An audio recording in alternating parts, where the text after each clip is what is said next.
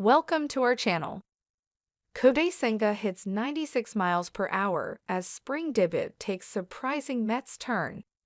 Kodai Senga was back on the mound for a game Monday, having talked his way into Grapefruit League action for a Mets team that would have preferred more bullpen and live batting practice sessions.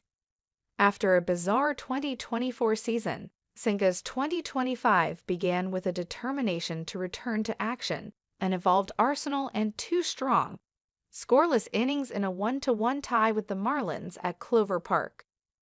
Finally, he was able to go out there in real competition, said manager Carlos Mendoza, who watched Senga look sharp with a different repertoire.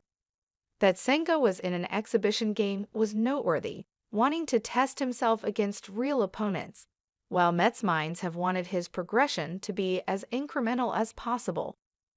Senga was not allowed a third inning, instead throwing 12 pitches on a bullpen mound after his 2 frames and 31 pitches were finished. "Just very pleased that I'm able to get out of it healthy," Senga said through interpreter Hiro Fujiwara. "There were a lot of things that I wanted to try out that I was able to. Just great to be out there." Senga will always be known for his ghost forkball, but he showed off a new sinker that gives him a new way to attack righty hitters especially.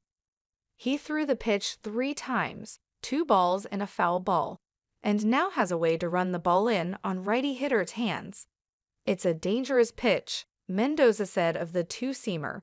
"He can manipulate the baseball in a lot of different ways."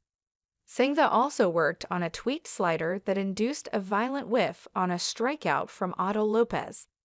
Of his 31 pitches, 20 were strikes.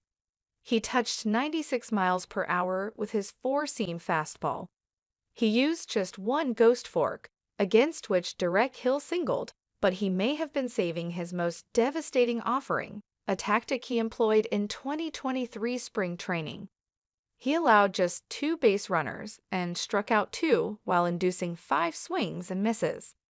He had to scramble to cover first base on what became an infield single and did so without incident.